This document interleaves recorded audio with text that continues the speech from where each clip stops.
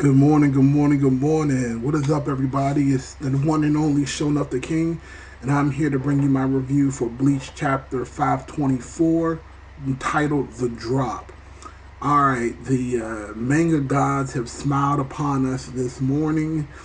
We get an entire Bleach chapter that is totally dedicated to the Kenpachi Unohana fight, and all I had to say was yes. Uh, This is quite possibly bigger than Kenpachi versus Buckbeard, in my opinion. So I was just thrown aback when I realized by the end of the chapter that it was just completely about them two. And to me, at least, there were some huge revelations in this chapter. Now, there's going to be some speculation on my part. I'll get to that. But what I'm going to do is I'm going to do a really quick overview of the chapter.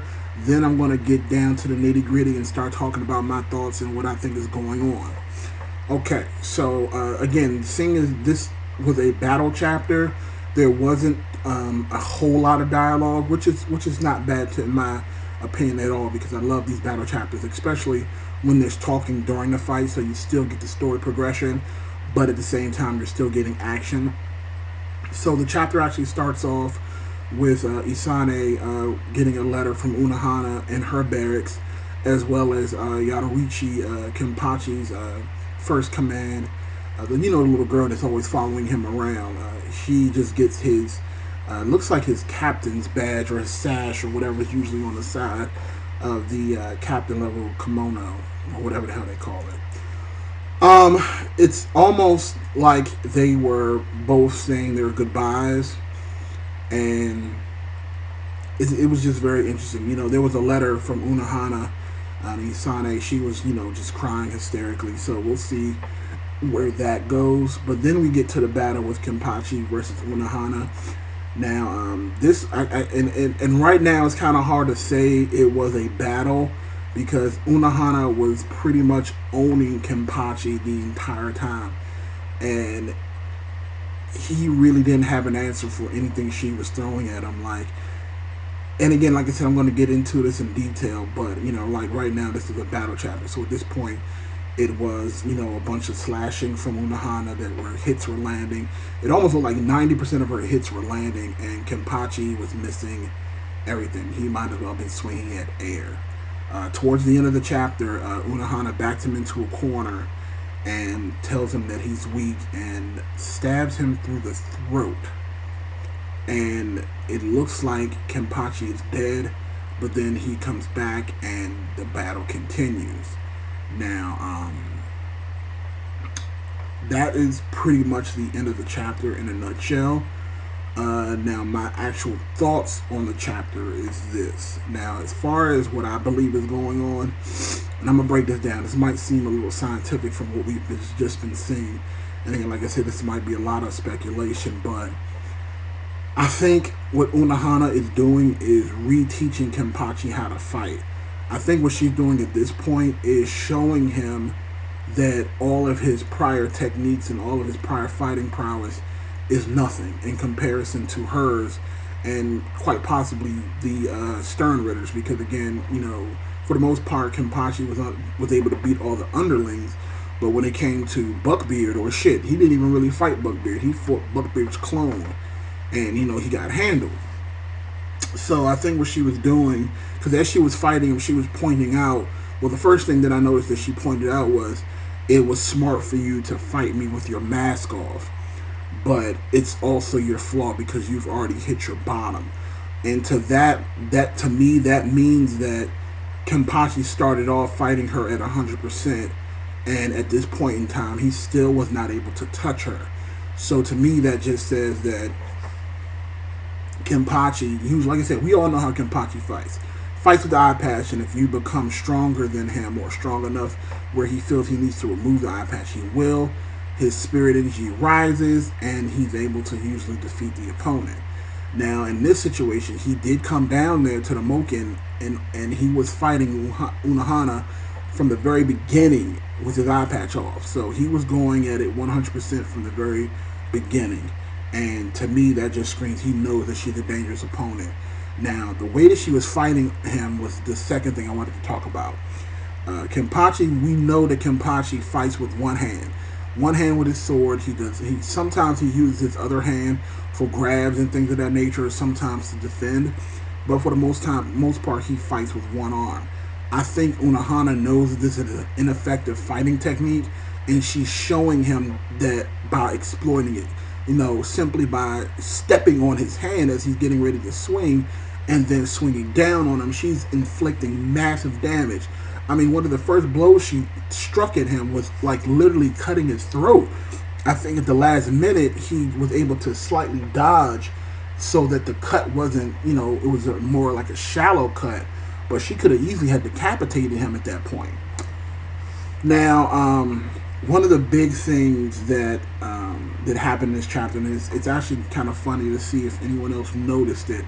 There is a part where Unohana backs him into a boulder, and as she backs him into this boulder, you can see he does not have his sword in his hand. His sword is like back in the background, and he's just talking at this point because at this point Unohana has inflicted massive damage. Her fighting techniques is not what he remembers, and it's actually like pissing him off and frustrating him. I guess Kenpachi has this. We all know that Kenpachi has this like sense of honor when he fights. Fighting is just supposed to be like a pure sport to him. It's not supposed to be like tricks. And I guess in the way that Unohana is looking at it is like this is a fight to the death. This is not about honor. This is about winning the battle. So she's doing whatever she can to show him that this is what real killing is. And from the looks of it, it looks like she has a second sword that she stabbed him in the back with. The way that the manga was shaven, I couldn't really tell.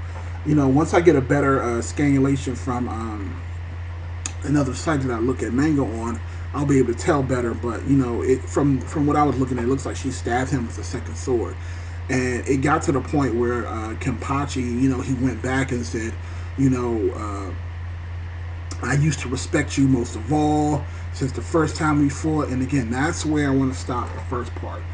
Since the first time they fought. Now, that would lead any sane person to believe that when Kenpachi first took over Squad 11, that's who he beat. I think that Unohana was the first captain of Squad 11, and Kenpachi defeated her to become the captain. But then she then still became the captain of her current squad. Again, that's a little thin, but it's a possibility. Either that or after he became captain, at some point him and Unohana fought at some one given point. That could also be it as well. Now, during that first fight, it looks like Kenpachi held his own a lot better to me, which screams that she wasn't really trying, because literally Kenpachi's like, did I become weaker? And as he says that, Unohana shoves her sword through his throat. And again, if you look at the picture closely, she definitely stabs him through the throat, because you can see at the end of her sword, you can see it was black at the top and clear at the bottom. But then as it went through the back of Kenpachi's neck, the whole top of the blade was covered in blood. So she definitely cleaved him through. And it appears that some time passes and Kenpachi opens his eyes and his sword's back in his hand, and they're actually clashing blades again. And Unohana says something to the effect of, I thought I lost you, or, something to that effect, in which Kenpachi says, I guess he's talking to himself at this point, and he's like, I thought for sure and then the translation ends. Now, this is me going out on a limb and saying this, people, but I truly think Kenpachi is immortal. Now, I know this is kind of like crazy and out there. Either he's immortal or Unohana killed him and then re-healed him so he could fight more.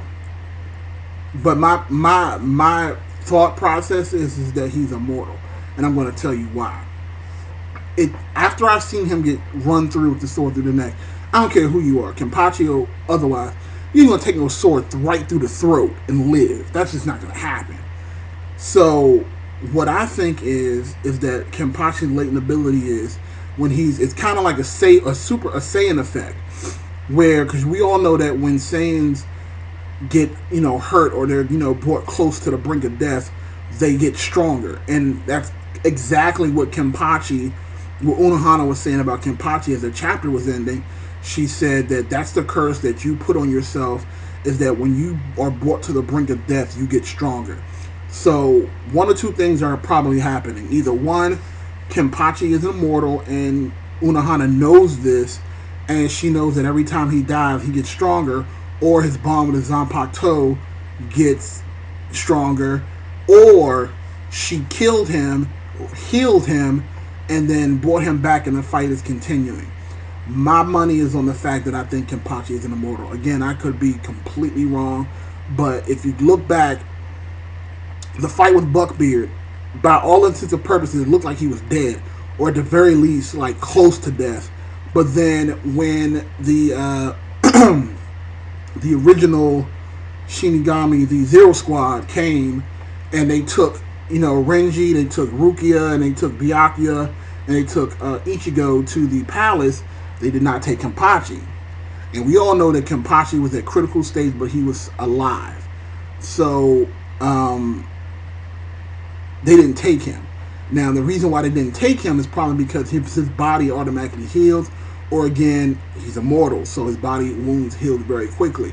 Now, again, we've already seen that, through the time when he was fighting the guy in Hueco Mundo, Noritora. Again, he took massive damage and cuts, and then, he comes back and he's fine, no marks, no nothing, other than the first scar that he's ever received.